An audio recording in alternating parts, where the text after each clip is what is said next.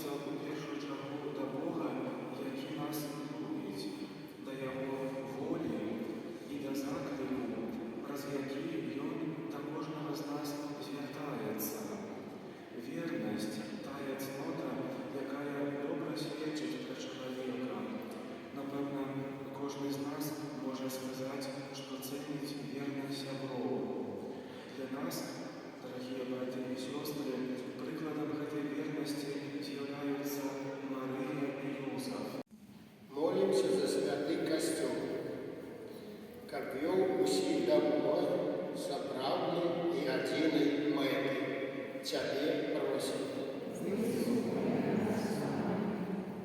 Молимся за нашу архидиацезию и яе пастора, каб Бог умацаваў усіх вернікаў у еднасці і веры. Цябе просим. Молимся за покликанных до законного жыцця, каб няспынна разважалі над Божьей любовью и отуляли своей молитвой усіх людей. Цябе просим. Молимся за христианские семьи, каб Божьи заповеди и взаимная любовь были для их границей счастья, едности и моцы. Цябе